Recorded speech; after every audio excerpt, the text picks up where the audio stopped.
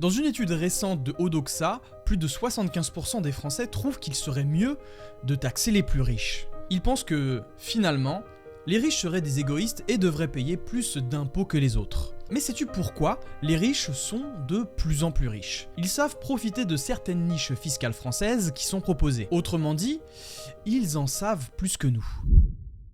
Et je refuse que nous en fassions pas partie. Nous verrons dans cette vidéo que nous, particuliers, pouvons les copier à notre échelle grâce à une niche fiscale accessible à tous. Mais qu'est-ce qu'une niche fiscale? Une niche fiscale est un terme utilisé pour décrire des dispositions permettant de réduire légalement le montant de l'impôt à payer.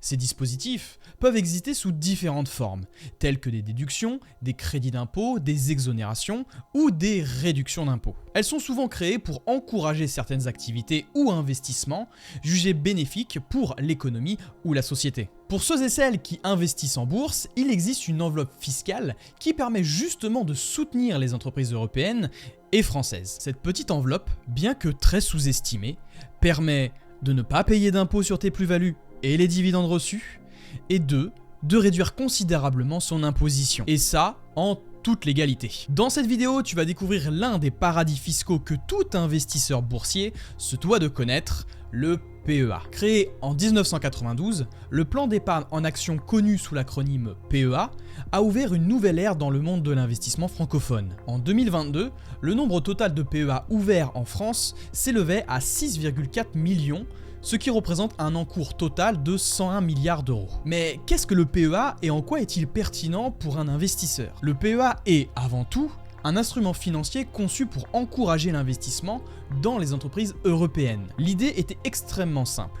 Dynamiser l'économie en permettant aux particuliers de participer directement à la croissance des entreprises. Il permet aux épargnants de placer leur argent dans un portefeuille d'actions avec un plafond qui est défini, tout en bénéficiant d'avantages fiscaux après une certaine période. Cette combinaison offre aux investisseurs la possibilité de soutenir les entreprises tout en se constituant un patrimoine. Mais comment fonctionne cet avantage fiscal concrètement? Eh bien, c'est ce que nous allons voir dès maintenant. Avant de continuer, investisseur, lâche ton plus beau pouce bleu et pense à t'abonner. Quand on investit en bourse, on a le choix entre deux comptes. J'exclus l'assurance vie. On a soit le compte titre ordinaire pour CTO ou bien le PEA pour plan d'épargne en action. En bourse, nous sommes généralement soumis à la flat tax qui est à hauteur de 30%. Sur le compte titre ordinaire, la fiscalité appliquée sur les dividendes perçus est de 30% et sur les plus-values, ça s'élève à 30%.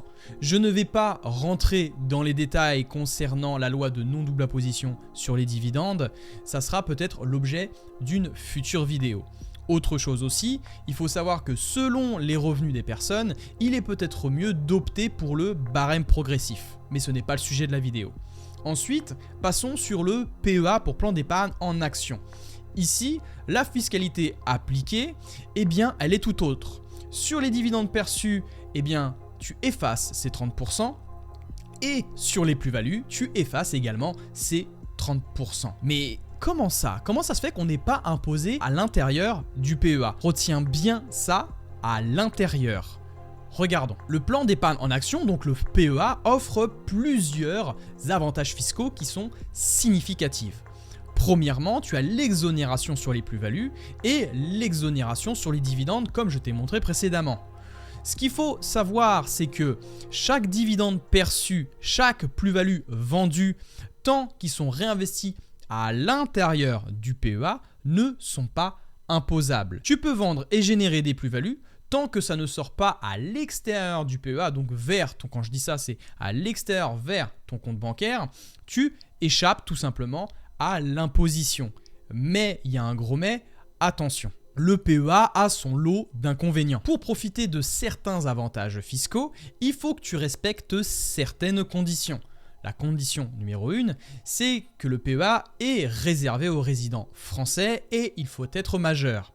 Un seul PEA peut être ouvert par personne dans la limite de 2 PEA par foyer.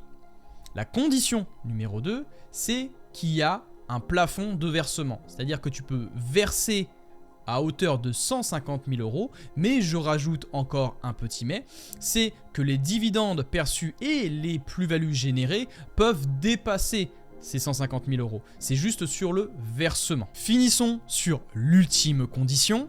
Retirer son argent de son PEA vers son compte personnel avant 5 années de détention clôture le PEA. Plus tu seras soumis à la flat tax et oui, tu ne bénéficieras plus donc des avantages fiscaux qui sont proposés par le PEA si tu retires avant 5 ans. Mais rentrons un peu plus dans les détails. Sony, tu me parles de retirer avant 5 ans. Mais que se passera-t-il si on patiente 5 ans? Et justement, c'est là que les avantages fiscaux du PEA s'activent. Après 5 années de détention du PEA, il est possible de récupérer les gains et la liquidité sans clôture de ton enveloppe. Bien entendu, tu peux retirer ta liquidité de ton PEA avant 5 ans, mais tu auras les effets négatifs que je t'ai mentionné précédemment. Voici comment ça se schématise sur cette image-là. Une fois que tu auras patienté 5 ans, donc 5 années d'anniversaire du PEA, au lieu d'avoir les 30% de flat tax, je te rappelle que les 30% de flat tax sont constitués de quoi? De 17,2 de prélèvements sociaux et de 12,8 sur l'impôt sur le revenu. Et là, après 5 ans, tu seras donc exonéré sur l'impôt sur le revenu et tu devras juste être redevable des 17,2% de prélèvements sociaux. Et ça, c'est extrêmement intéressant. Et ça, c'est uniquement si tu retires ton argent de ton PEA vers ton compte bancaire. Tout ce que tu boursicotes à l'intérieur du PEA n'est pas imposé. Je te donne un exemple. Voici comment je serai imposé sur mon PEA après 5 années de détention. Ici, c'est l'action Dassault Systèmes que je possède au sein de mon PEA. Tu vois que j'ai réalisé en plus-value 270,98 €. Si je vends et je réinvestis à l'intérieur du PEA cette action-là, parce que je souhaite m'en débarrasser pour acheter une autre action par exemple, eh bien je serai imposé à 0 €, vu que c'est réinjecté à l'intérieur du PEA. Si par contre je reçois des dividendes de Dassault Systèmes et que je veux retirer ces dividendes pour me générer des revenus passifs, eh bien sur mon compte personnel, eh bien sur les 2,10 € que j'ai reçus de Dassault Systèmes, si je décide de retirer ces dividendes vers mon PEA uniquement après 5 ans de détention, je serai imposé à hauteur de 17,2%, soit les prélèvements sociaux. La question qui revient le plus souvent ensuite, c'est Sony, où est-ce que je peux ouvrir mon PEA? Les banques traditionnelles et les banques en ligne proposent généralement le PEA. Les banques en ligne possèdent néanmoins les frais les moins chers. Ici, je t'ai fait un classement par rapport à 3 banques en ligne qui sont très réputées pour leur PEA. Tu as le numéro 1, moi sur lequel j'investis, c'est Bourse Direct avec un dépôt minimum d'ouverture de 1 €. Les frais de gestion sont entièrement gratuits. Avec des frais d'ordre inférieurs à 500 €, eh bien tu payeras 0,50% avec un maximum de frais de 0,99 €. C'est-à-dire que toutes les transactions, tous les achats d'actions inférieurs à 500 €, tu payeras ça comme frais. Et si tu passes des ordres entre 500 à 1000 €, tu payeras 1,90 € de frais. Et les minimums par ordre, c'est 80 €. Ça, c'est nouveau avec Bourse Direct. Avant, il n'y avait pas. C'est-à-dire que lorsque tu achetais une action, imaginons que tu avais Total Energy, que tu souhaitais du Total Energy, actuellement, elle est aux alentours, cette action aux alentours de 60 €. Eh bien, tu ne peux pas acheter une action Total Energy puisque le minimum par ordre est de 80 €. Donc, en soi, tu devras payer 120 € pour acheter 2 actions Total Energy pour être dans le minimum acceptable par Bourse Direct. Si tu es intéressé pour ouvrir ton compte avec Bourse Direct, je t'ai mis mon code parrainage en lien dans la description. Tu as juste à la rentrer lors de ton inscription et comme ça tu bénéficieras en plus d'un petit bonus. Maintenant, si on compare, tu vois le deuxième avec Fortuneo, le dépôt minimum d'ouverture est de 100 €, les frais de gestion sont encore entièrement gratuit, avec des frais d'ordre, tu vois, inférieurs à 500 €. Là, par contre, tu vois, on est max à 1,95 € comparé à Bourse Direct où c'est beaucoup plus compétitif. Les frais d'ordre vont de 500 à 1000 €, c'est 3,90 €. Donc là, tu vois que c'est aussi un peu plus cher en termes de frais.